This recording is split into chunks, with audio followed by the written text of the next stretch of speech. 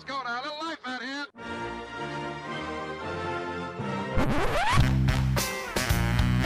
What the hell's going on out here? Hey, what about that now? Hello everybody, welcome to the UK Packers podcast. As usual, I'm your host, that's DDD NFL on Twitter, and of course follow the group at UK Packers. That is Quick Snaps. Oh, you doing it? Oh, for the love of God, are you doing it? I hope you're doing it in your car and clicking and all that kind of thing. Right, we've got 10 minutes. It's a Quick Snap show. I do want to talk about the Aaron Rodgers angle because I do think, I was about to say think, it's interesting. This game, a trap game is the wrong word. I think, what are we at? 3.5.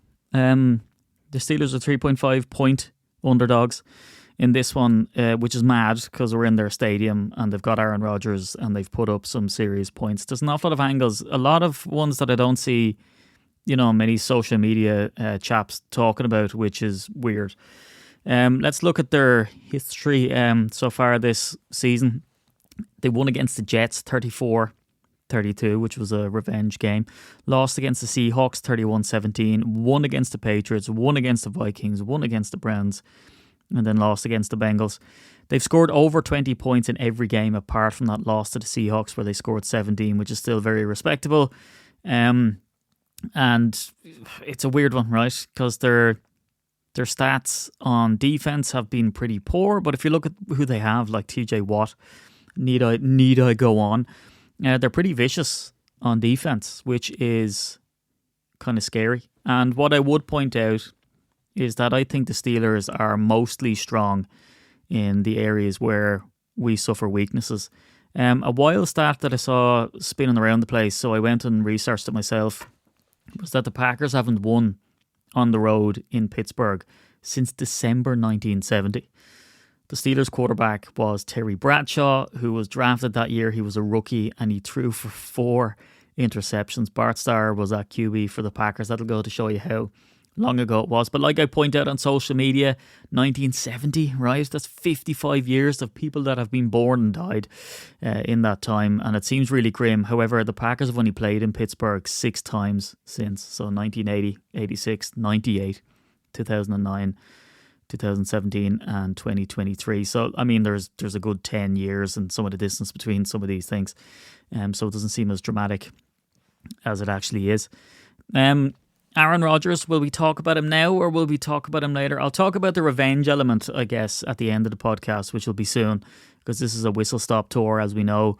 But look, and I did this with the prior games this season, right?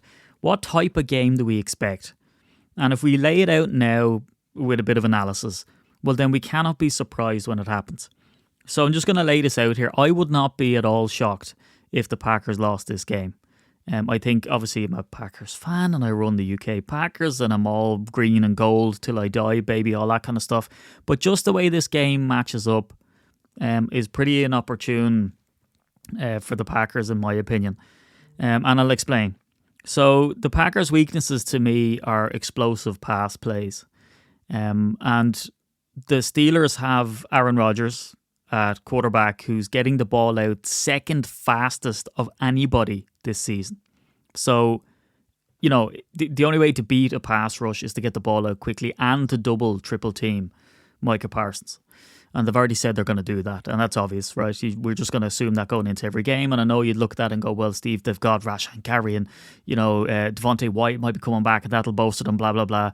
But I think that the key to this will be Aaron Rodgers getting the ball out quickly. And we've seen that our secondary hasn't exactly lit the league up when it comes to explosive pass plays. I mean, we had some really grisly 3rd and long situations in prior games that we gave up, and it was just nonsensical, right? And if you look at the tools that Aaron Rodgers has at his disposal, DK Metcalf being the main one, who leads the league in yards per reception. So if you want to talk about a receiver who's able to get down the field, I mean, DK Metcalf can. In fact, one of the most famous plays in NFL history in recent years is DK Metcalf running down a defensive player who was going in for a pick six. The guy's just an absolute freak of nature. I was watching his combine tape today for some reason, and the guy's a monster.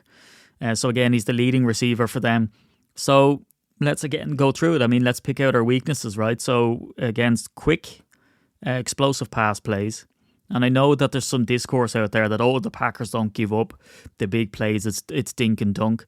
And I learned that apparently from listening to a Steelers podcast, because I do that type of stuff before I jump on and do these.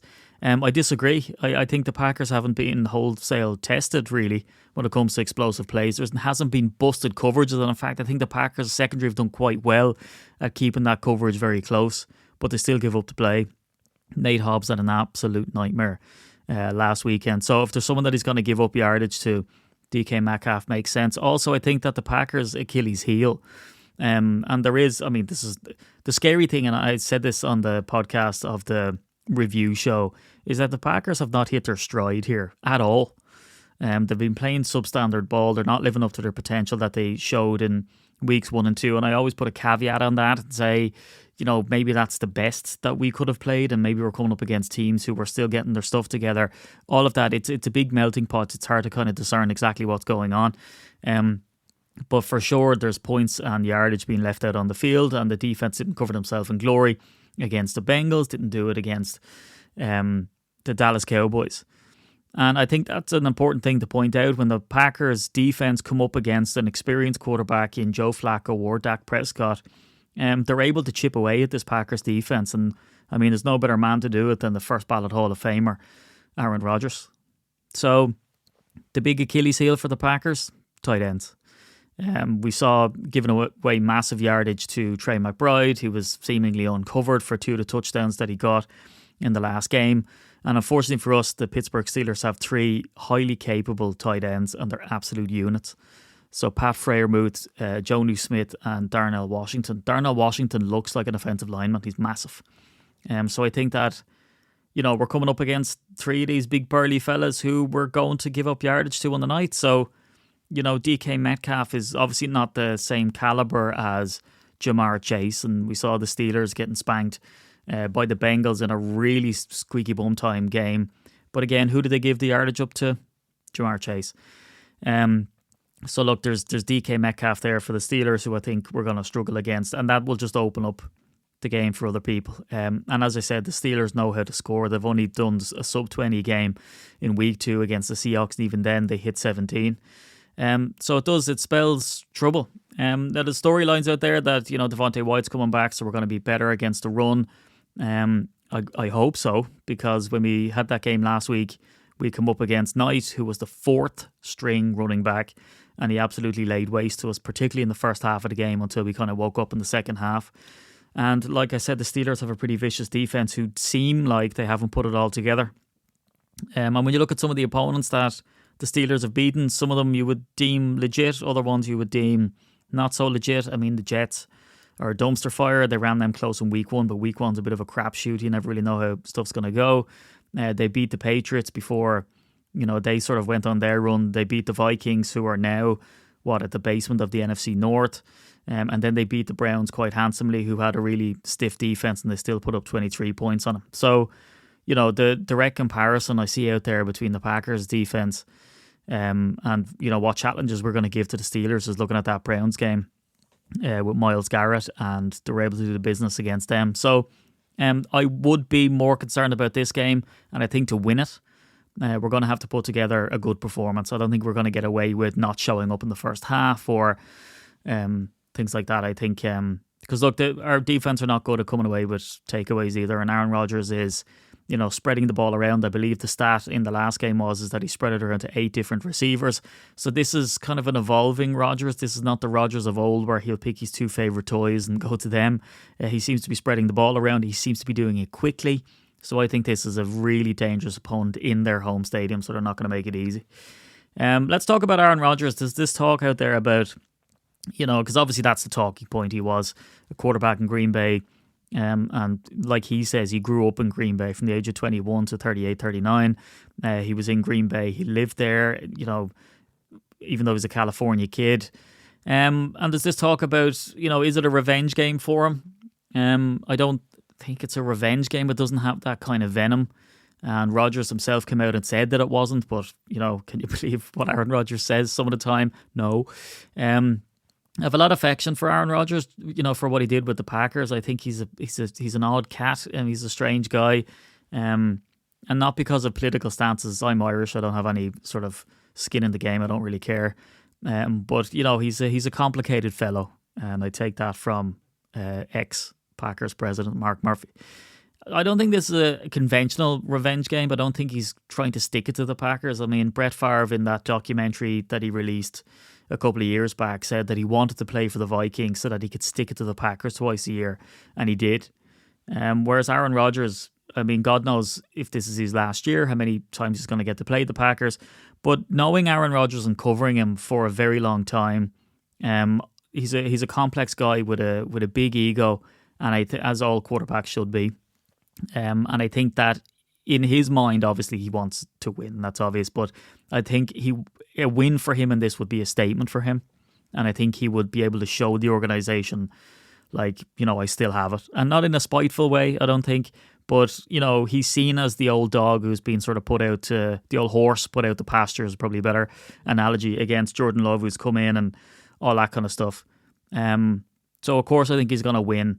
And I think that he talks glowingly about the area and the fans. And I love the way in interviews, apart from the ones that he was doing this week, he does refer to the Packers as we. And he refers to himself almost as on the Packers. And I really like that. But I think there's no love lost between him and the front office.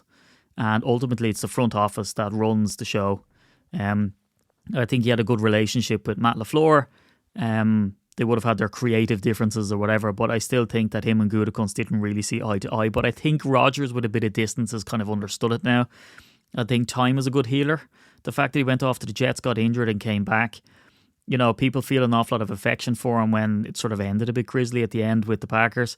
But like Mark Murphy says, to us personally, that Rodgers jersey is going to be retired in Green Bay, and he will come back, I believe, a hero. And I think he's doing absolutely brilliant this season, and it's really great to see him because, it was kind of sad to cover him for so long in Green Bay, for it to go a bit sideways at the end, to see him go off to the Jets, to see his, grisly injury. But it's great to see him back and playing really well.